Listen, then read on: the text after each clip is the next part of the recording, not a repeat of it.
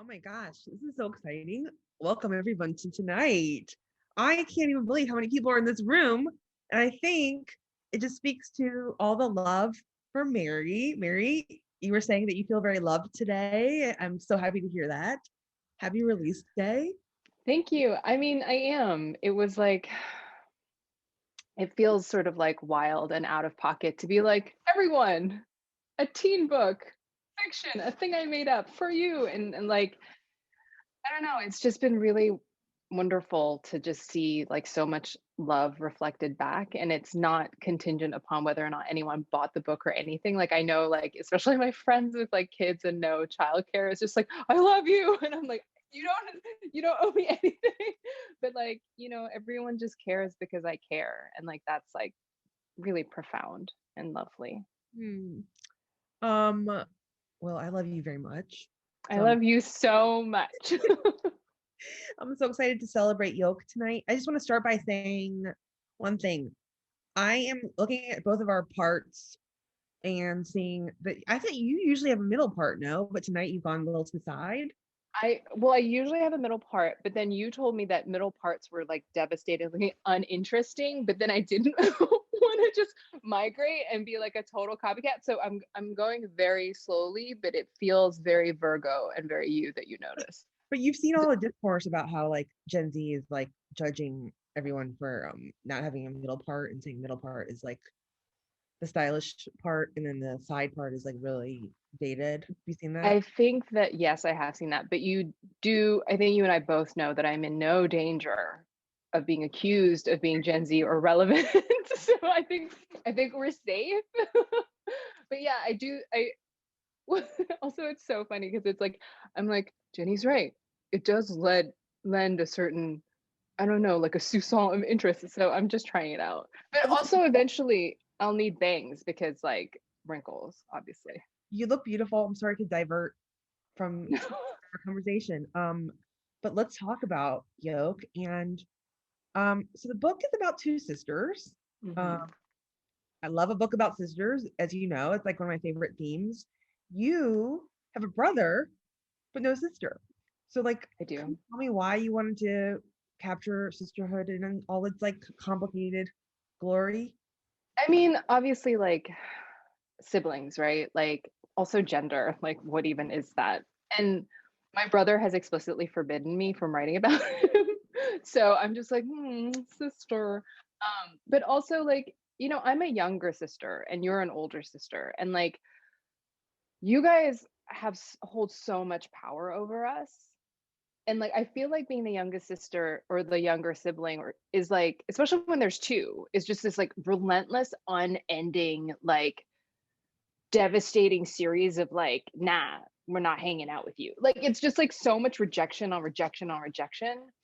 And like that kind of engenders this like very odd dynamic where you love so deeply and you seek approval that like nothing is enough. And Mm. like the smallest sort of wound is just like so corrosive. And then like that just becomes distance.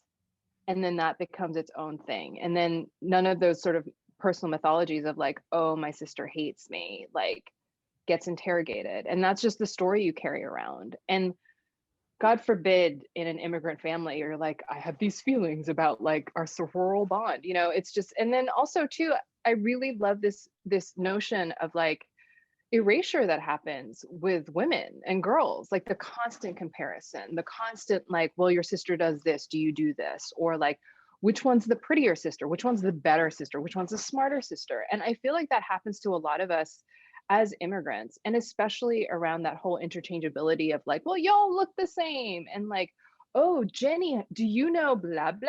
Like, oh, Han, I have a friend named, just all of that. And I wanted to really talk about what it feels like from the inside of it. I'll say my sister is the pretty one. And because I'm older than her and she's like my baby, I think I've always felt like very proud of her and be like, look at my pretty sister.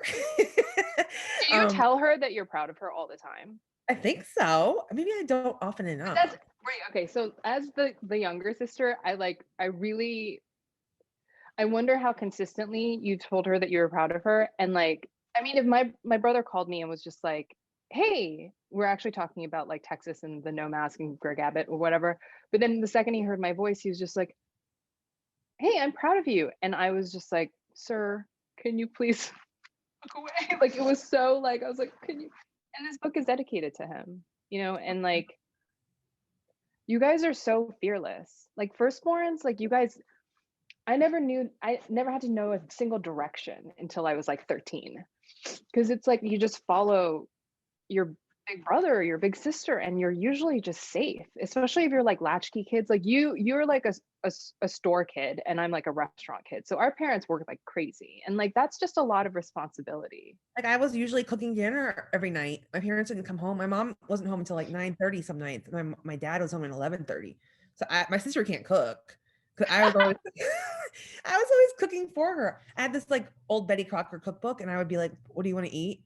And then she would just like pick out what she wanted like it was a restaurant. I mean, But like that's huge. And like if you think about it, like if you think about it now, it's like that's like squishes my heart. The two of you like heads bowed together looking at this like cookbook and figuring out what to eat. And then even your parents thinking about you, but then also knowing that they don't have to worry about you. Like all of these things that go kind of left unsaid. Like it's just like this space is just and it's this really hard. year, Yes. yeah, but it's like this year has been the thing where it's like, oh my God, like how much time will we have to say the things that we don't say? You know what? That leads me to my next question, which is wanting to talk about change and coming of age.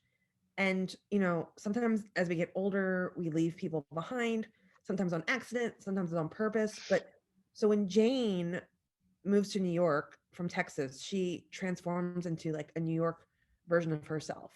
What do you think about how we change as we get older and how that affects the people closest to us?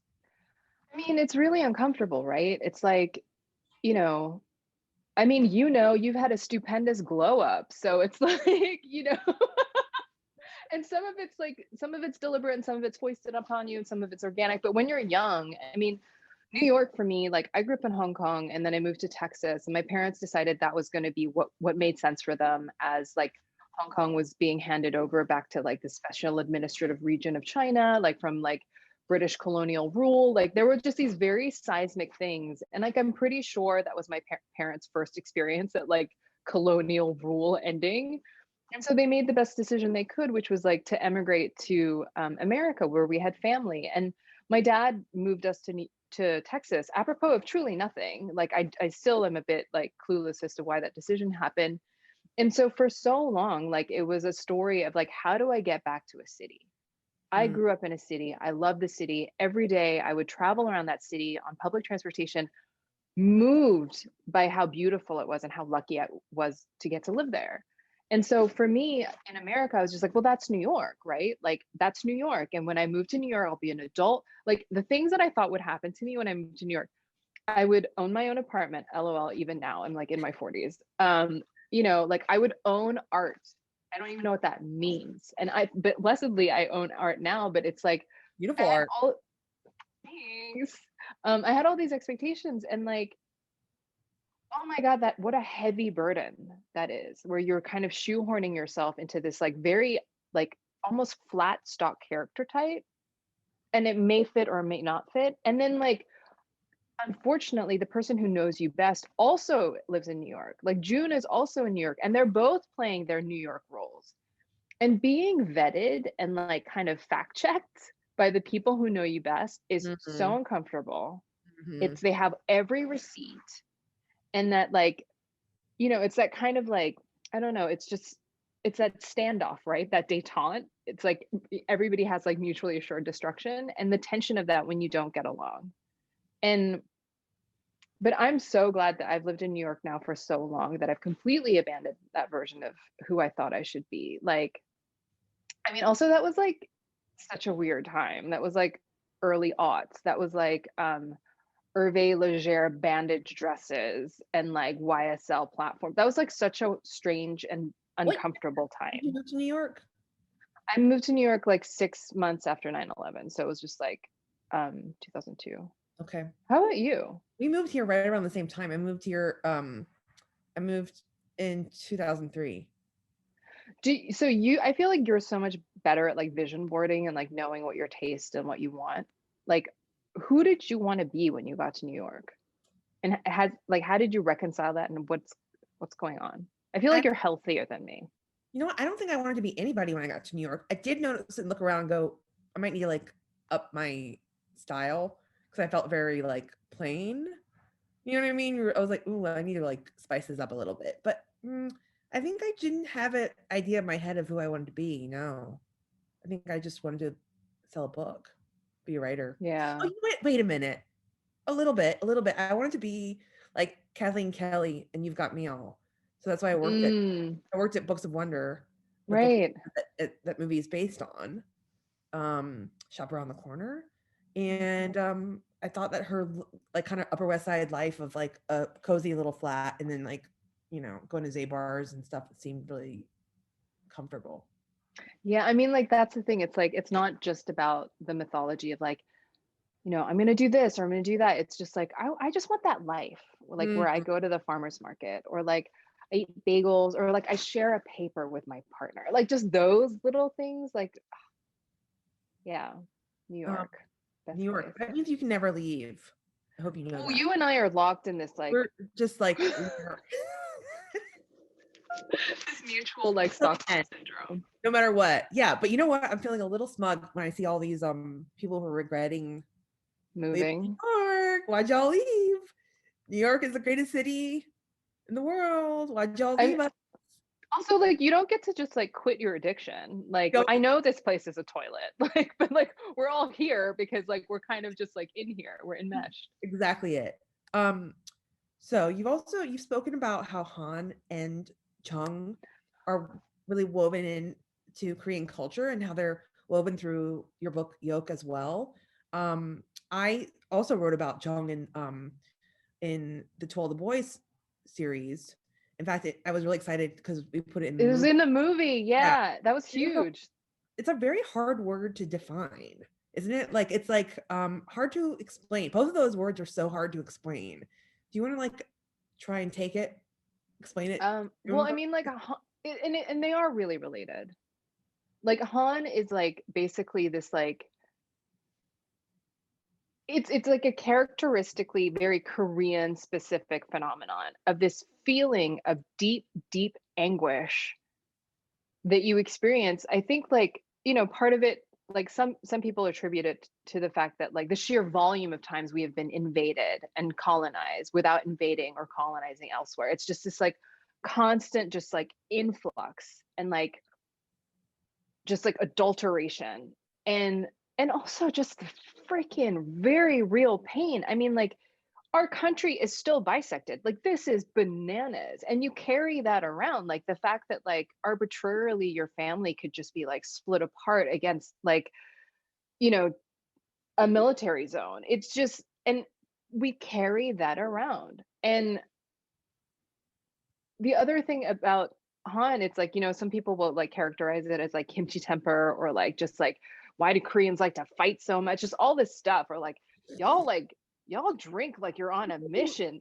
People who don't know Korean always says it sounds like arguing. You know what I mean?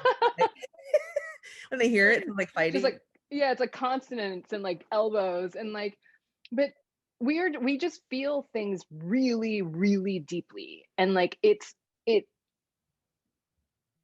it's just like all body and it's like somatic and it's intergenerational and like I really it's like it's not even just like oh I have baggage, it's like I have steamer trunks, it's like pinan bottaris, like just so much like everything.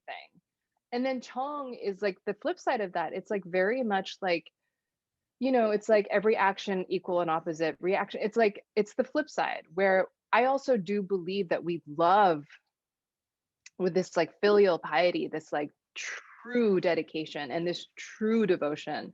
And because a lot of us aren't that like into feelings, it's like really overpowering. And the way I know that I love my parents like an abnormal amount. Like I know that I'm codependent. I know that they do not understand boundaries by the way that they talk to me. And like I also know that I don't understand boundaries in the way that I like think of them, and like they're like gods to me. And like we I don't know, I think we just are very passionate people. And like, but also it's like you can have so much love.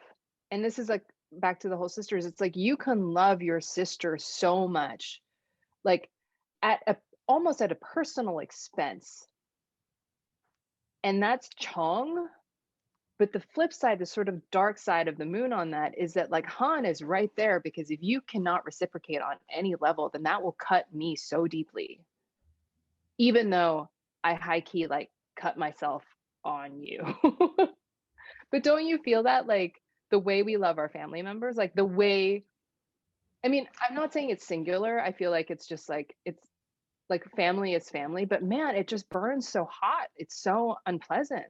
I think there is such a thing as like generational Han and like which I never, it's weird because I'm very skeptical by nature, you would say, because I'm a Virgo, which I don't even believe in that. So Well, I think you're skeptical by nature because you're like firstborn and you're like very protective. my grandma used to always talk about like, oh, how my youngest uncle was so hot tempered because she was always fighting with my grandfather at the time. And then I was like, okay, that sounds like, like folk language or whatever. But then I read this scientific article that was saying how you do, like, it was talking about your like levels of stress and stress hormones and how they can measure that. And it said that like it gave a lot of these examples and studies, and one of them was saying how women who were pregnant like during 9/11, their stress levels were super like high. That stress, what's that stress hormone? I always forget it. Is it cortisol? Is that what you're thinking? Super high. But then the weird thing was, after you like the stress had like gone down, your levels went back down, but your baby would have it for life, like the high level of cortisol. Like, and so I guess this was called like the first 9 months or something, talking about how important all the stuff that happens like in utero is. But I do think that like within the Korean culture, there's a lot of that like inherited that goes on and on. Yeah, man, the body keeps the score. Like it's like I was born with trauma because my parents were born with trauma, because like it's we're not that far away from like the Japanese occupation. Like my God, like my mother lived in famine. Like that shit is so that's that stuff is really real. And like it is real. And like, for instance, my dad, what made him the most, like, he would go nuts when I would be like throwing away food that he thought was like still like good to eat. And then salvageable. yeah, and it's so much that I think divide between like the immigrant experience and then like the children who are like, remember that like Joy Club line where she was like, they drank their tears and we were drinking Coca-Cola or whatever, like of not really fully understanding, oh, they literally didn't have any food to eat growing up, and so now they're watching me throw away like bread that's like a little bit sus. But that's the thing, it's like, my parents like wash saran wrap, and like there was a time when I was a kid being like, that's so embarrassing, like no one else's house is but then now I'm like, oh, actually, you know what, that is like hella sad. yeah. And it's like also it's like really future, like it's so like ecologically minded. Yeah. But like and instead of being like, oh, like I am confronted by like such palpable evidence of like the series of sacrifices that make me feel like that's embarrassing, you know what I mean, like Right. but and now we're like a trauma that I don't yes. think they like have the language to say this was like trauma that I'm carrying. I've never heard my parents sort of talk in that kind of way. They're like sort of the most untherapized people, but like it is what it is. But there's other language that they use for that, right? That like sort of that more, I guess, as I was talking about my grandma, like kind of like folksy sounding language of Yeah, totally. But also it's like kind of why I think movies like Minari is so important, because like I watch Minari with my family, like like I've had a lot of personal stuff happen this year, as you know. And so it it was really one of those moments where I was just like like like were they feeling it, or were they kind of like disconnected from it? you know what, you know how like our parents were like, I don't get Parasite. Yeah. Oh, my parents liked it, but I don't know, they liked it, but they were like, why are white people freaking out a little bit, like they could understand that this was like more like palatable and moving. But like it is really funny, but like they could see that I really wanted them to like it. And so they were like really paid attention. But it also encapsulated so much feeling that I couldn't express to them like any other way. Because the language barrier thing is really real. I mean, don't you find it frustrating that like we literally get paid to like words, and then when we talk to our parents, it's like second grade vocabulary, and it's like the thing about intergenerational like you can't say any of this to them. And 99% of any argument I've ever had with my parents is really literally about miscommunication. Where I'm like, oh, forget it. Like I can't like explain this. And But then, your parents are so receptive. Like you have an emo dad. yeah, yes. Your dad is like so demonstrative and emo, and I think it's because he was like really hot his whole life or something. Like he's so well adjusted. My dad is yes, my dad's very handsome, everybody. You should know this. He's still handsome. But what was I gonna say? I don't I know don't what I know, was but gonna say. Siobhan literally just chatted like, agreed, Jenny's dad is hot in the chat. That's why I have high standards. Okay, so wait, let's move on to my next question, which is you often speak really openly about your struggle with an eating disorder, and this book shares so personally what that's like. So, you know, what was it for you to like kind of write in that headspace and put that into your art, I guess? I mean, everything's copy. No, I mean, it is funny. Like sometimes there are there are moments where I'm like, cool, like I've commodified like my like most personal stories and like the things that are most important to me, and also like I've commodified my trauma. But like honestly, like I have so much support around having an eating disorder. Like the fact that I can be like, oh yeah, like I really struggled with bulimia for a long time. And bulimia for me, like content warning, but it's like, yeah, like I threw up a lot to fix things that I would eat. Like everything I would eat was like a mistake. It was like a betrayal against like some version of myself that I wanted to be. And I had to fix it. And like everything about me was a problem that needed to be fixed. And the reason why I talk about it is because that was hell. And I'm not one of these people who's like, I'm cured, because bulimia shows up every day. Like I wake up with it. And the reason that is that like I just want to fix everything. And I think that everything is a problem the way it is.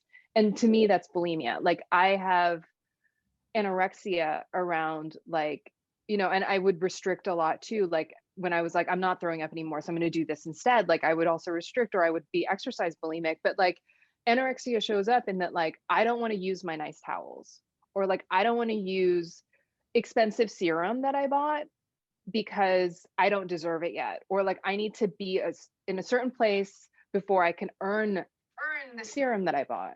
And like the thing about that kind of scarcity mindset and that thinking of like, I don't deserve this, I don't deserve this, I don't deserve this, is that like,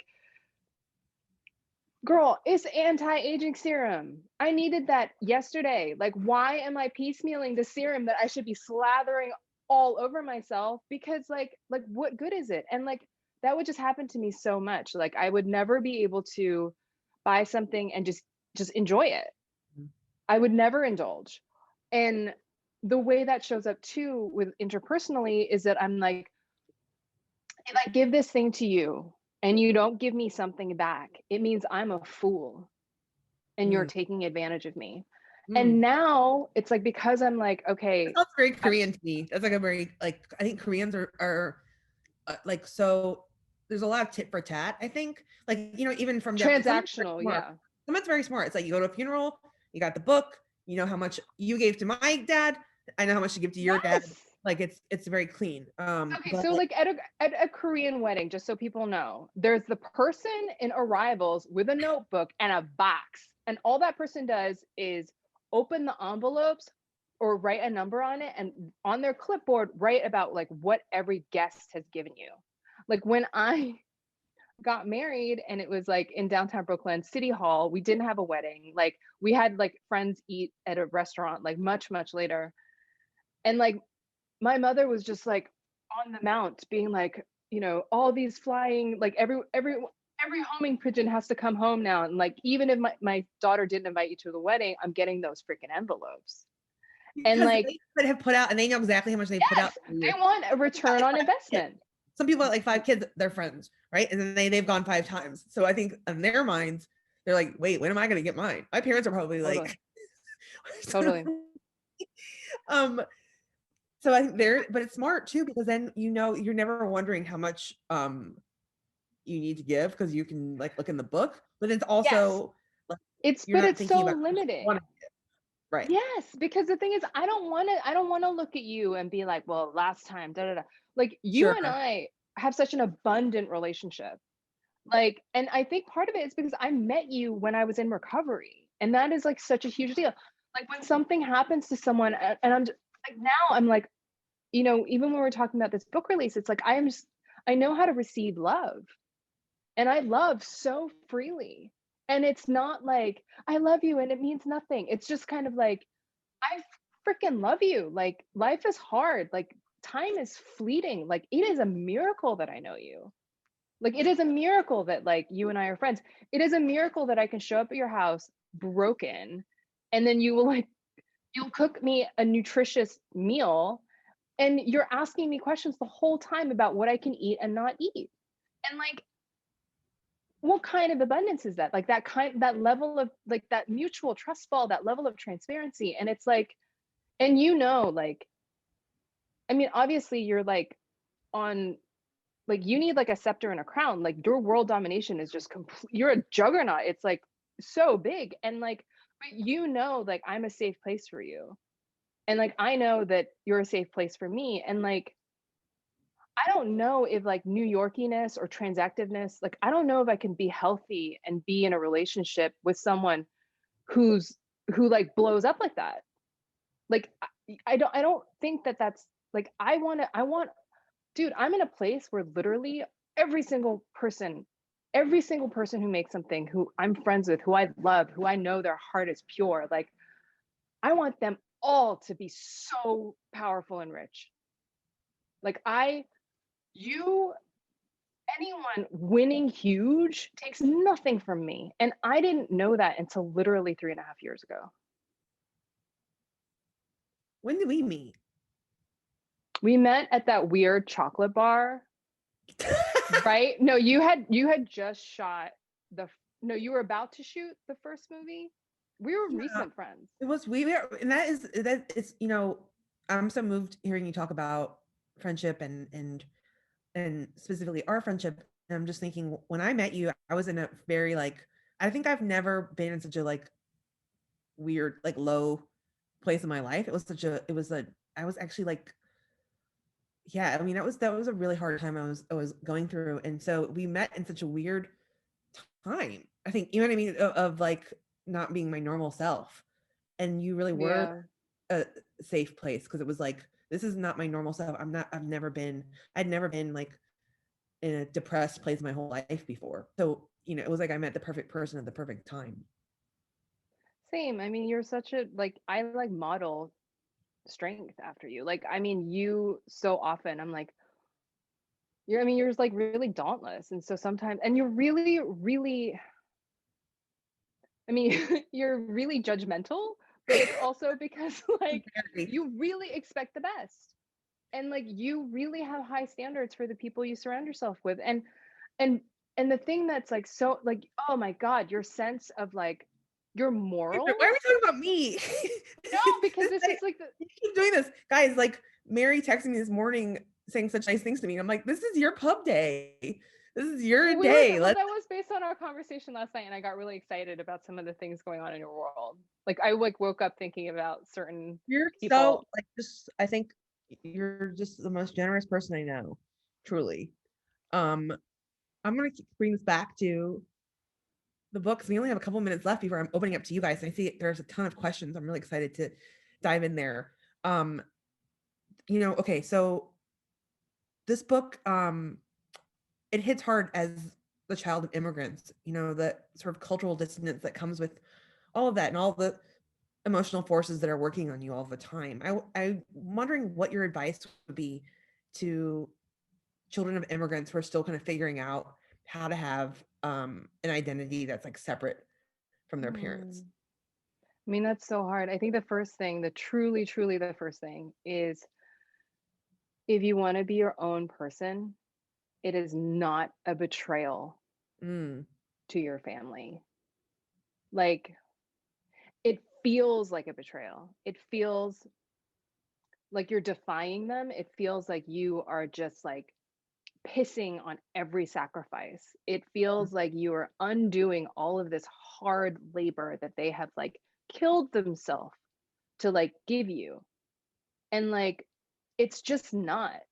And the reason why it's the reason why that your parents do that is because that's like they're just ingraining a survival mechanism in you. Like it is so like our parents are so Darwinian about what success is, and it's not.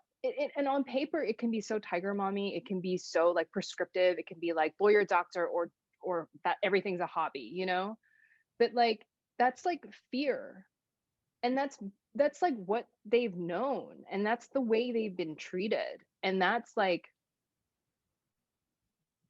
that is really the way and the reasons that we are like our ancestors' dreams. Like we just stand on the shoulders of so many different people. But you wanting your own thing is the fruition, it's the coalescing of these dreams. It's not the betrayal of it. It just the whole time though, it just feels that way. Mhm. Like it's the scariest, it feels doesn't it feel disrespectful to want things that your parents didn't want for you? No, not for me. Not for me, because I told you I have a weird, like, my relationship with my parents is completely different than yours. Um, because I've always, I mean, I'm the oldest. Um, I've always felt like I know better than anybody else. And so my parents have always said, they're like, you know best, you know better than us. And so then it's a lot of pressure as a little kid to be like, you know better. But then I've always like believed it. And so they always were on board with anything I wanted to do, and they really believed in me. Have you So always been an adult? I think so. I mean, but when your parents don't speak English, and I Oh, you're remember like translating everything. you're translating Yeah. everything. My earliest memories too, I remember of like my teacher like kind of like was grabbed my face one time and was like very physical, and I didn't even tell my parents about it because I didn't was like, what are they going to be able to do? Like go, you know what I mean? Like it was one of those moments of They like couldn't go to it was bat really for upsetting. you. Well, they wouldn't know what is within their like I think if you have American parents that are like, I'm gonna call the school board, I'm gonna talk to the principal, I'm gonna do this and that. And I think Korean parents is like, well, that happens. You might Totally, be totally. your teacher or whatever. And also like even if they wouldn't have known to fight for having me have a new teacher or do any of those things. And so I knew that from a very early age that I was just gonna deal with it. You know what I mean? So if my sisters had stuff happen to her, I would deal with it because I feel like let me just take care of it. I'll handle it. Um, so it's a very different relationship in that way. I'm now going to open up to questions, but I also feel like I saw in the chat people were saying show the pic of my dad, so I'm going to also do that as well. Yes, interactive. You can see, So hot. indeed, That he's head of hair, very that handsome. jawline. You gotta hold it up longer. Very Oh, handsome, dang. model-esque, 6'1", 6'1", man. That's very good-looking rare. guy. Also, deep side Um, part. 61 during poverty, okay? Like he was like malnourished. I love that Um, you want extra points. You're like, so the exchange rate on that tallness. it wasn't. That's why people. A lot of like Korean people are like short because they didn't have the like nutrition or whatever to be able to So, get good tall. genes, Okay, good genes. good. So, okay, here's a great question from Mindy King for both of us. What are some unique pressures you felt as being female Korean American authors? Man, I don't know. Like, honestly, and I'm not being funny, but like, talk about standing on shoulders. Like, by the time I got here, like the way was paved. Like, I didn't have to write certain characters. Like, I could just slide straight into own voices. It wasn't an issue to put an Asian person on the cover. Like, it's like it was like a luge. Like it was just different for me, and I think that that's just a very real thing. And yeah, like I really reaped the benefits of like so many people going before me. And obviously it was a very different thing for you.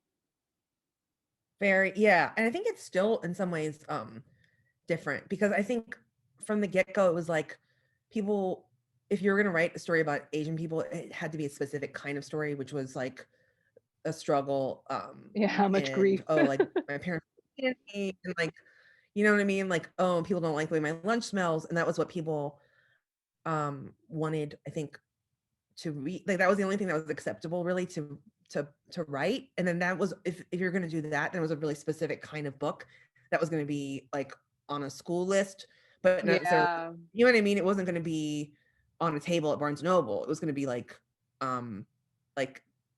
kids would have to read that, be assigned. Or it's like, or like this is for you and not Yeah. you. Yeah. And Yeah. totally. So I think for me, like, I guess, it's still like even now as I'm like kind of going into screenwriting and doing, like I'm adapting a book series and it's going to be a TV show on Amazon. I'm still, I think a lot of it is like thinking when you're very one of the very few in that space, it's like every decision that you make is so weighted, and you don't want to like, there's just like a many factors I think that go in your mind that are like, oh, I don't want to like, people will be mad for this, but then what about this and what about that, and you're just sort of gaming out every Mhm. scenario, and it's hard to just be focused on what do I think makes the best show, what is the best story to tell, the best version of it, when you're thinking like, I think when you're making decisions out of fear. So my challenge for me, I think, is always to have as my lodestar be what it do I think is the best for this story, and what am I thinking is going to be like,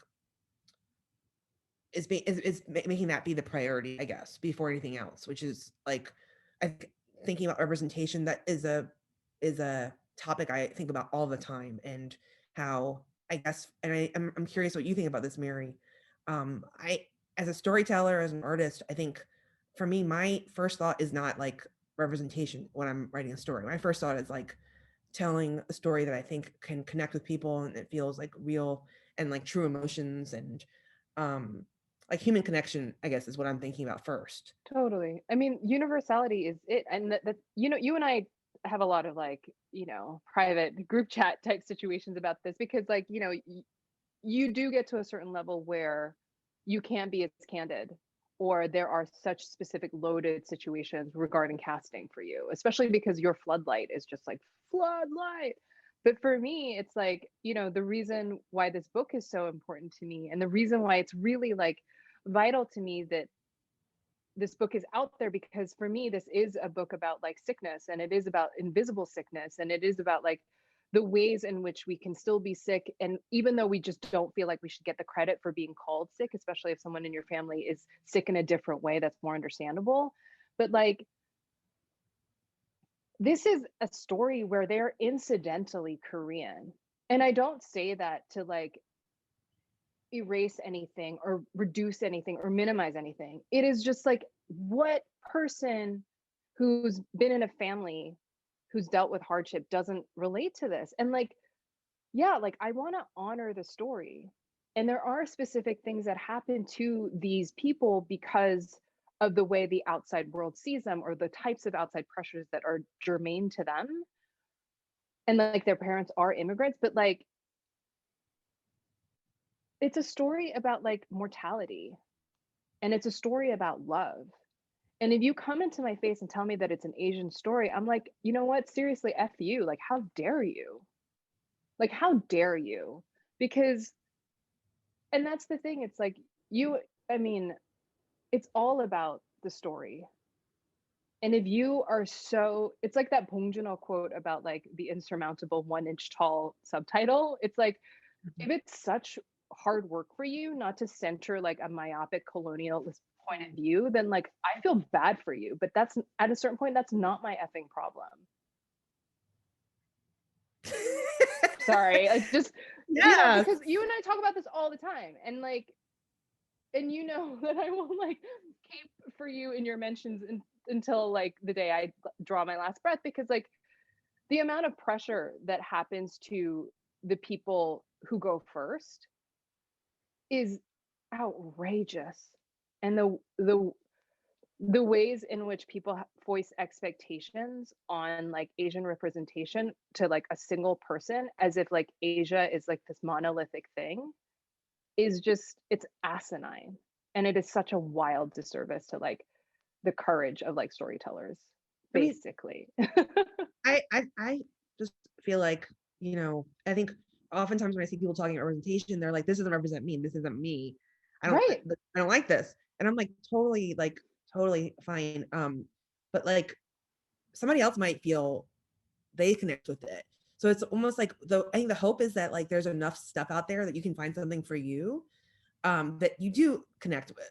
Do you know what I mean? But also be like generous in the fact that other people might be connecting with the thing that you don't. You know what I mean? That's the And thing, just that's to the be goal. genre. Yeah, just to be aware that if it's not for you, then maybe there in all of humanity, there's a person who it's for. And the thing is, it's like, if it's not for you, guess what?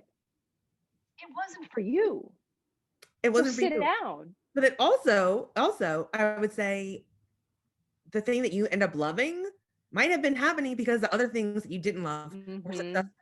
Do you know what I mean? Maybe because people saw, okay, well, something with an Asian person can be successful. So let's greenlight these other things, and maybe you'll find your thing deeper Yeah, in. You know totally. what I mean? So, Totally. like, I think for me, the goal is just to be able to keep having people make stuff and make it be, a bigger party, and not feel like so much weight has to be on a Crazy Rich Asians or Yeah, Minari or whatever it is, that like other things can be, other people can be joining the party too, and then let's just make more stuff. totally. Totally. We're at our time. How Okay. did this go by so quickly? It was And I really, only really fast. really fast. I love Um, how many people in the chat are basically just like Zaddy Han. oh my God. Oh, I'm gonna tell him, he'll be really happy to hear that. Okay, well, I'm not gonna. Should I ask one more question, or I don't know? Low-key need a zaddy. Oh, Oh. more question. Okay. Okay, something Claire says, as a Korean almost author as well, book not out yet. Do you ever grapple with guilt about commodifying your Korean experience? I know it's all right, and to be honest, if we were white, we'd probably not be thinking about this, but part of our culture is so much about humility and modesty that I almost sometimes feel like I'm betraying my culture to make money off my experience as a Korean American that grew up in Korea. I don't feel guilty about that at all. I think the one thing about being Korean that's really nice, other than we're vain, is that we really enjoy money and success. Um, no, I mean, like, I, I get it, but you know what? Like, if you stay small and if you stay silent and you stay collectivist, then you stay anonymous. And like, to me, it's like, as a woman of color, like, who is that serving? And Mm, like, again, with abundance, it's not zero sum. I'm not taking anything away from anybody. It's like, let us all do this. And if it's not for you, that's great. And if it's too emotionally expensive for you to commodify your innermost feelings, then like, that's not for you. And that is like awesome too. But like, I think that if I was to I mean, it's ridiculous that I like write stories and I write about my own pain. And I wrote a feature for GQ about like my family, and like that feels violating. It really does. I won't say that it doesn't feel like a big deal, but it's like, I want freaking Asians in GQ magazine. I want Asians everywhere. I want Asians not to be every freaking Asian being targeted right now. I want there to be other freaking Asians. And to do that, we just need more Asians. Like, yeah. there are so many of us. Like, don't, like, we are abundant. Like, I don't know. Like, if it's not us, then like, I just don't need any more like cis het white men stories, basically. And my feeling is everything is kind of commodified in a way. Like if you're going to write about, you know, sisterhood, you're writing about like being a woman, you know what I mean? It's just you writing to your experience and then being able to make a living off of it. Totally. And like, the thing is, it's like, there's so much going on. Like, the thing about like contemporary YA that's so meaningful is that like, you making something, it's like everyone's like, oh my God, like YA franchise. like romance franchise. This is why, like, that is like wild. It's like the level of success of to all the boys, wild cultural upheaval. Like, this is wonderful. And like, like, we just, we need so much many more of these, despite how it is in defiance of like how we were raised. And like, we have to normalize us being talented in a variety of ways. And Yeah. I don't know, like, and there's a service element to it. Like, I'm talking about eating disorders. And like, that's so embarrassing. Like, again, like, you want to talk food waste? Like, my parents are in the hospitality industry. They're in restaurants. Like, food waste is the most like abasing thing to like where I came from. But yeah, and that I have to talk about that story because I want people to talk about their story. I want people to get help. It's so easy to pretend you're not sick in that way. Like, I did it for 30 years. I just don't want you to spend 30 years doing that. And you're so generous. I mean, I feel like I've learned so much from you about that. You know what I mean? Like just of it's really, it sounds cheesy to say, but it is really like inspirational.